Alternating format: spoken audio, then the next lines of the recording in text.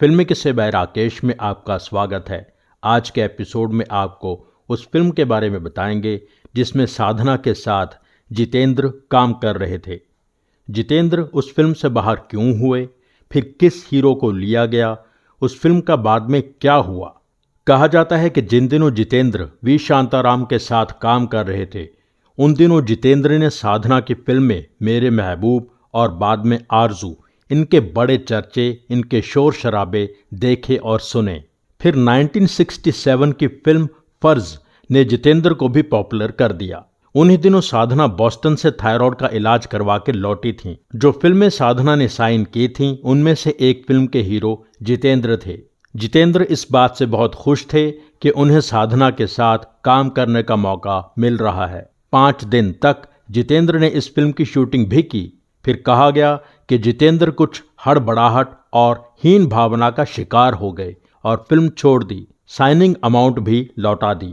ये भी कहा जाता है कि जितेंद्र की हिट फिल्म फर्ज की हीरोइन बबीता ने जितेंद्र को बताया कि साधना बबीता से लगभग 7 साल बड़ी है, थायराइड का इलाज करवाकर लौटी है, चेकअप के लिए साधना को कभी भी दोबारा अमेरिका जाना पड़ेगा। इस चक्कर में ये फिल्म बीच में अटक सकती है, डिले हो सकती है। इंडस्ट्री में जितेंद्र की पोजीशन बेहतर हो रही थी। जाहिर है वो ऐसा रिस्क नहीं लेना चाहते थे, लिहाजा जितेंद्र ने फिल्म छोड़ दी। कहानी में कोई यंग एक्टर ही चाहिए था, चाहे न्यू कमर हो, इसलिए अब नए एक्टर की तलाश शुरू हो गई। जो पोर्शन जितेंद्र के साथ शूट किया गया वो भी दोबारा शूट करना था, तो जाहिर है बजट पर भी इसका असर पड़ा। फिल्म इंडस्ट्री में ये वो दौर था जब FTII पुणे से ट्रेनिंग लेकर एक्टर्स इंडस्ट्री में आ रहे थे। इस तरह की पब्लिसिटी भी की जा रही थी कि अब सिर्फ सुंदर और सजावटी चेहरे नहीं, बल्कि रियलिस्टिक कैरेक्टर लगने वाले चेहरे चाहिए। साधारण आम आदमी की तरह दिखने वाले लोग फिल्मों में आ रहे थे। उन्हीं दिनों यानी 1970 में निर्देशक बाबूराम इशारा की फिल्म आई चेतना, जिसमें FTII से आए अनिल धवन को इंट्रोड्यूस किया गया। हीरोइन थी FTII की ही एक और स्टूडेंट रेहाना सुल्तान, जिसे उसी साल की फिल्म दस्तक से राजेंद्र सिंह बेदी ने इंट्रोड्यूस किया था। चेतना एक बोल्ड फिल्म के रूप में बहुत पॉपुलर हो गई। अनिल धवन का ताज़ा और भोला चेहरा भी फेमस हो गया। उसके बाद अनिल धवन को जया भादुड़ी के साथ एक फैमिली ड्रामा पिया का घर मिल गई। अनिल धवन को साधना के साथ उस फिल्म में साइन कर लिया गया जो जितेंद्र ने छोड़ी थी। साधना इस फिल्म को लेकर बहुत सीरियस थीं। फिल्म का टाइटल था महफिल। कहानी के लिए 1952 की फिल्म अनहोनी को चुना गया, जिसमें राज कपूर और नरगिस ने काम किया था। फिल्म बनाई थी ख्वाजा अहमद अब्बास ने। आवारा के समय नरगिस ने ख्वाजा अहमद अब्बास से कहा था कि कोई ऐसी कहानी लिखना जिसमें मेरा रोल ज़्यादा इम्पोर्टेंट हो। अनहोनी वही फिल्म थी। नरगिस का डबल रोल था।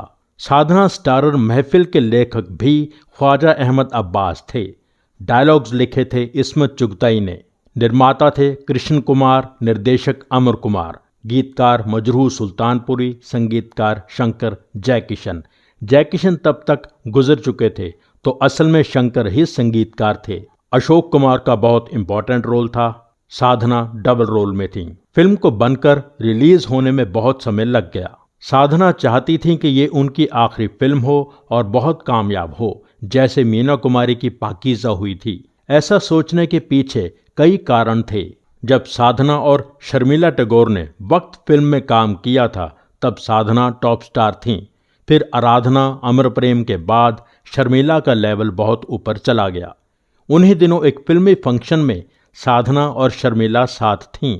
साधना की राजेश खन्ना के साथ दिल दौलत दुनिया रिलीज हुई थी और शर्मिला की राजेश खन्ना के साथ अमर प्रेम। फंक्शन खत्म हुआ तो ऑटोग्राफ लेने के लिए लोग शर्मिला की तरफ हो गए। कुछ गिने चुने ही साधना के पास आए। साधना की सहायक ने काले चश्मे के पीछे साधना के आंसू भी देखे। साधना ने अपनी तरफ से उसको जस्टिफिकेशन दी कि आंखों में दवा नहीं डाली, इसलिए पानी आ रहा है। वो कौन थी और मेरा साया साधना की बेहद कामयाब डबल रोल वाली फिल्में थीं, इसलिए वो महफिल के डबल रोल को लेकर एक्साइटेड थीं। पर महफिल डिले होती चली गई। तब तक राम और श्याम, सीता और गीता जैसी डबल रोल वाली कामयाब फिल्में आ चुकी थीं।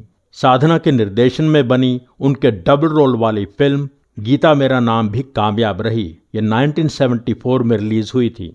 इस दौरान महफिल फिल्म की कहानी की कुछ खास बातें इधर उधर चोरी होने की बात भी चली। शर्मिला टैगोर ने गुलजार की फिल्म मौसम में डबल रोल किया था। कहा गया कि एक कैरेक्टर महफिल की कहानी से चोरी करके बनाया गया। जिस समय महफिल बननी शुरू हुई थी तब राजेश खन्ना स्टार थे, जब रिलीज हुई तब अमिताभ स्टार थे। जमाना बहुत बदल चुका था। इंटरनेट पर महफिल की रिलीज डेट 1981 बताई जाती है, पर कहते हैं ये फिल्म 1978 में रिलीज हुई थी। सिनेमा हॉल खाली रहे, क्रिटिक्स ने कुछ नहीं कहा, फिल्म मैगजीन्स भी इस फिल्म का जिक्र करने से बचते नजर आए। साधना के साथ साथ साधना के प्रेमी दर्शकों को भी इस बात का बहुत दुख हुआ। कईयों ने कहा कि अगर जितेंद्र ने ये फिल्म ना छोड़ी होती तो फिल्म 1970 के दशक के शुरू के हिस्से में ही आई होती और शायद कामयाब हो जाती।